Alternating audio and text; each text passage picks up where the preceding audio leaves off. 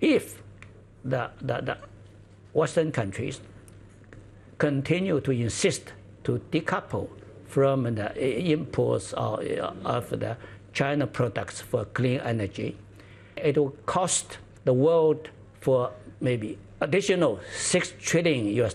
It means a 20% increase of the overall cost. We need to maintain the low cost.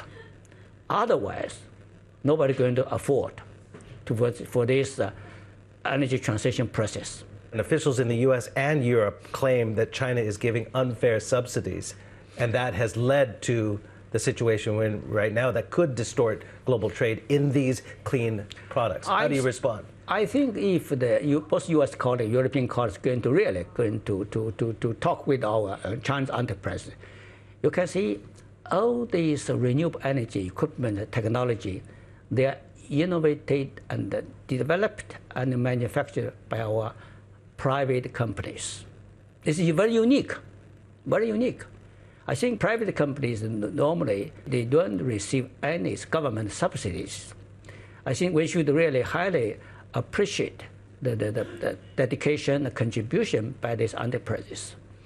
So after more than a decade of their hard efforts, now we have cheaper both solar and wind products, which were now affordable to start the energy transition.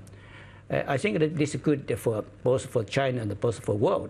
While we're talking about overcapacity, we have to also talk about the domestic economy here because we've been seeing profitability sink at a lot of these solar companies and EV companies. Price wars are driving down their margins. What does that do to the climate fight? If the world is bifurcated on trade, we can talk about capacity in two different ways.